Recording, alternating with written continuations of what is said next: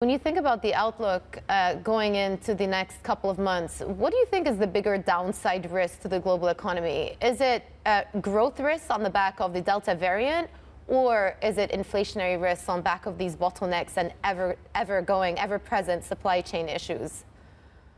I think it's a little bit of both, but not in the way that the market tends to assert it. I think there's one common thread that joins the two aspects that you just mentioned. And that is the zero COVID policy in China.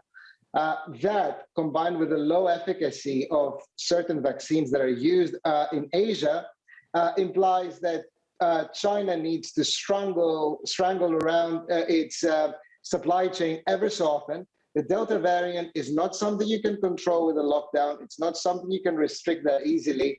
So as long as the zero COVID policy is in place, you have these bottlenecks coming back, and that creates a huge number of issues. It is the root cause of all this mess with energy at the moment. It is the root cause in a number of disruptions in the transportation sector. It's the root cause of the collapse of production in manufacturing in the West over the past month. I think that how Delta interacts with a zero COVID policy in Asia is creating both a growth risk in the sense of halted production and an inflation risk in the sense of bottlenecks in the supply chain. Really interesting what you have to say there, Themos, and it almost makes me think that we've been spending so much time talking about monetary policy actions and what the Fed decides to do vis-a-vis tapering. It seems to me like you think that what the Fed actually announced regarding tapering, whether it's in September or November, is secondary to what you just outlined now.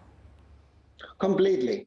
And if you want to take it to monetary policy, and you will probably remember back in the days when commodity prices were rising in 2007, early 2008, people who were studying supply side disruptions, there's a great paper by Ben Broadman back then that was saying basically that these things are a tax. They're basically a terms of trade shock, which the central bank should not respond to because they're basically eating up on demand and will show up in lower prices elsewhere. So that complicates monetary policy, but that doesn't mean that monetary policy needs to just keep that aside. And the main reason why, it's the level of interest rates and how easy policy is.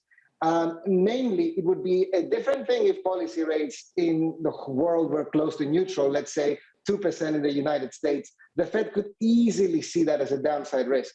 But now, with policy rates so low, the risk that these supply shocks propagate in second round effects and into pricing power is reasonably higher. And therefore, while we need to stop talking about hikes because of inflation, we genuinely need to think about the fact that policy cannot be that easy, despite the fact that supply shocks are a tax.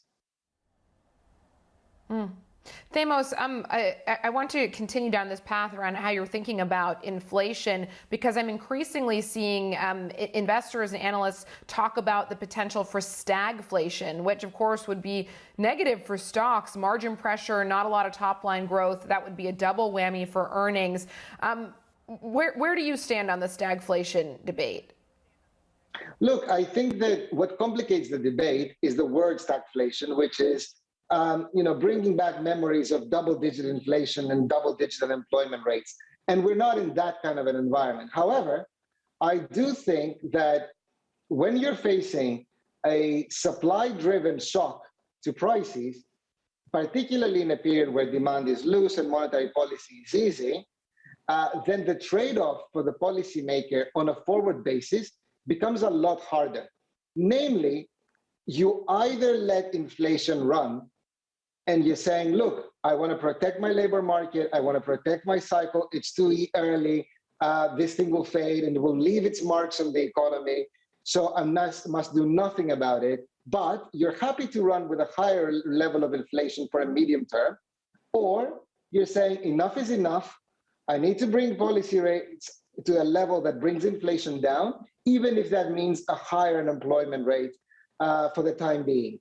And that is a social preference, but that's not a happy preference. It's a very difficult setup for central banks. Already, you see in emerging market space a huge bifurcation, with some banks taking the one route and some other banks taking the completely opposite route.